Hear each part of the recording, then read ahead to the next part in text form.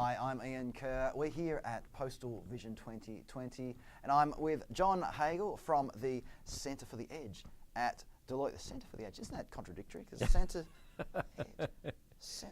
Anyway. I love paradox. That's one of the key things. We're going to get to famous 5-year plans. Didn't Stalin have a 5-year plan? He had sure a number of them. Absolutely. And for our Australian viewers and listeners, Ron Barassi had a very famous series of 5-year plans. It just kept on going and going. He never got anywhere. We want to talk a little bit about a range of topics really quickly. Let's start with the power of the customer. And well, look, I'm just going to ask you, how is the power of the customer changing in this modern market and the modern world? Yeah.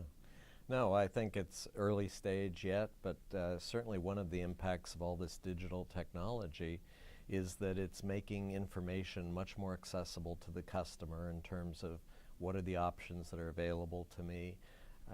The options are growing because I can connect with vendors wherever they are through digital technology, and I can switch from one vendor to another if I'm not getting my needs met. So the bottom line impact is increasing power for us as customers. We're getting a lot more value at lower cost than we would have ever had decades ago. And so what does that mean from the other side? If you're a corporation that's been providing services very happily to loyal customers that might have been loyal for decades, and now you've got the customer loyalty is being flipped around, how can a corporation, big or small, a startup through to a gigantic postal operator, how can you respond to that? Or do you have to get ahead of it? What do you do? No, I think it's getting ahead in terms of really understanding the customer, anticipating what their evolving needs are likely to be, and being much more proactive in trying to address those needs rather than just waiting for the customer to come to you or just targeting them with what you currently have as a product or service. It's really being much more committed to anticipating and evolving what you offer. Now, you're based over in Silicon Valley, and in the presentation that you gave this morning, you talked about your study of the strategies or the thinking behind a lot of startups, and you talked about zoom in, zoom out. So can you explain this concept, please? Yeah. No, it's an approach to strategy that some of the most successful technology companies pursue. I mean, it's not just startups. These are billion-dollar, multi-billion-dollar entities at this point. But the strategy is a very different one from the one that most traditional companies pursue because it focuses on 2 time horizons in parallel. One time horizon is 10 to 20 years. That's the zoom out piece. And on that horizon, the questions are, what's our relevant market or industry likely to look like 10 to 20 years from now? And then what are the implications for us as a company or institution in terms of what we're going to need to be 10 to 20 years from now to be successful in that market or industry? So that's the zoom out piece. Other part is zoom in, goes to a very different time horizon. It's 6 to 12 months. And on that horizon, the questions are, what are the 2 or 3 initiatives, no more, 2 or 3 that we could pursue in the next 6 to 12 months that would have the greatest impact in accelerating our movement towards that longer term destination? And then do we have a critical mass of resource against those 2 or 3 initiatives? And finally, what are the metrics that we would use at the end of 6 to 12 months to figure out if we achieved what we thought we were going to achieve? How can we learn from these short-term initiatives? So it's an interesting combination of very long-term and very short-term. And it's in sharp contrast, I think, to most traditional institutions who are, when they talk about strategy, it's all about the 5-year plan. You know, year 1, year 2, year 3, year 4, year 5, that's our strategy. These companies actually spend almost no time on the 1 to 5 year horizon. It's all about 10 to 20 or 6 to 12 months. And their belief is if they address those successfully, everything else will take care of itself. And you said building critical mass and being able to measure success. So how are you able to do that in such a short time frame? No, well, I think it requires some understanding and commitment that one of our key themes in our work around this big shift, as we call it, in the way the world economy is evolving, is the need to accelerate learning. And the key is learning through action, because we're talking about learning in the form of creating new knowledge. And these companies have a very strong belief that the most powerful way to learn is by doing things in short increments that can give them a feedback loop where they can step back and reflect, what did we learn from this, what worked, what didn't work, how can we refine the next wave of initiatives. But it's definitely a commitment to moving quickly in the short term and really focusing. And I think, again, one of the issues that I see with large companies is there's a tendency to spread the company very thinly across a lot of initiatives, because we fall into a reactive approach to the way the world's changing. So we have lots of initiatives and nothing has critical mass. This approach says we could have many initiatives, but we're going to all agree on the 2 or 3 in the short term that will have the greatest impact, and make sure they have adequate resources to. So there's a selection process. So yes. You might have 1,000 ideas, but yeah. then you whittle it down to the just ones to that make sure that the ones that are going to be most impactful have the critical mass of funding and resource. One of the things that you mentioned in your presentation was about a black swan event, which I'm from Tasmania, and there are black swans everywhere. So okay. So, you're familiar with them. But okay. the idea that we don't live in these very small markets anymore, that your only competitor might be around the corner or within your city. The competitor might be in a different country, a different continent. So is the idea of having these short projects giving you that flexibility also to, I hesitate to use the word respond or react, because but to take into account disruptive events that can happen elsewhere that might somehow impact on you?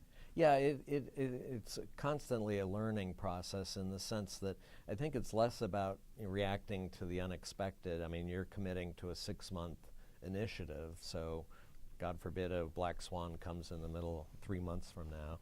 But it's a notion that you'll be able to process what's going on in the world and be able to refine your understanding of what that future is 10 to 20 years from now, because you've developed a high-level sense of direction, destination with the zoom out.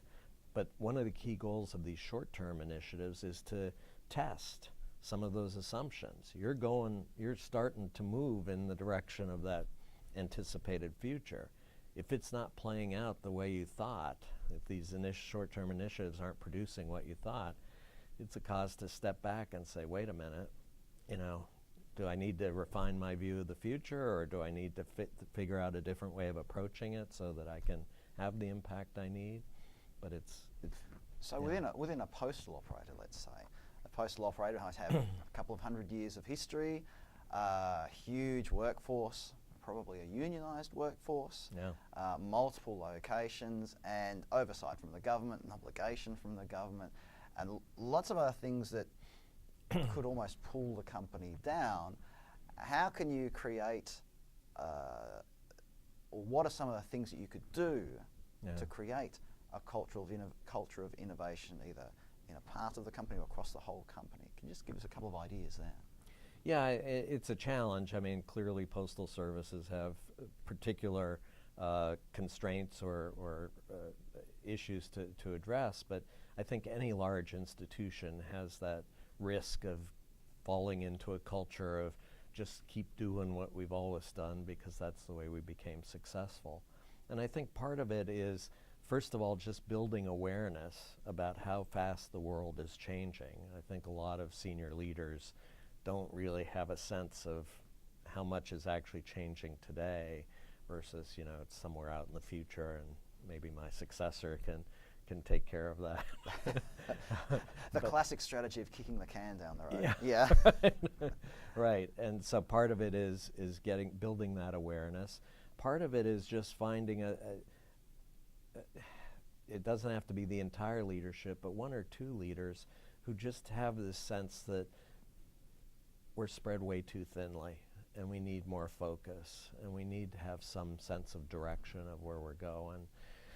And if the world is changing so rapidly, that direction's probably going to look quite different from what we do today. And so that those 1 or 2 people become the catalyst to say, we really need to make the time to rethink, again, both the future but also what we're going to do in the short term. So, no need to panic, but perhaps there's an opportunity now, having said that we've got the studies that your Centre for the Edge has done on this zoom in, zoom out, yes, the 6 to 12 months versus the 10 to 20 years. Some lessons there that perhaps in the boardrooms and the executive boardrooms around the world we can start to plug in some of these ideas to plan for the future. Yeah, no. Can you plan for the future? That's probably the best question. Can you really? That's a philosophical question. But can you really plan for the future? I mean, that's one resistance point I encounter a lot, which is the future's just too uncertain. We can't be distracted. We just need to focus on today. And one thing I should clarify is when I talk about a 10 to 20 year view of the future, I'm not talking about a detailed blueprint of what the entire market or industry is going to look like. I'm talking about enough detail so that you can make choices in the short term. And the example I like to give, most of the companies that pursue this approach are not public about their zoom out view or their zoom in initiatives. It's within the company. There's one company where it's been written about, it's publicly available. It was a small startup in Redmond, Washington back in the late 1970s. Vaguely heard of this crowd, I think. Guy by the name of Bill Gates. He pursued a zoom out, zoom in approach when he started to build Microsoft. And the zoom out view he had could be summarized in 2 sentences. It was basically, in the computer industry, computing is inexorably moving from large centralized mainframes to the desktop. That was his view of the marketer industry. And the implication was if you want to be a leader in the computer industry, you have to be a leader on the desktop. So it wasn't a detailed blueprint of, how the entire computer industry is going to look 20 years from now, but enough detail so that he could focus and make the right choices in the short term. And it actually worked for 20 years. I mean, he did all right.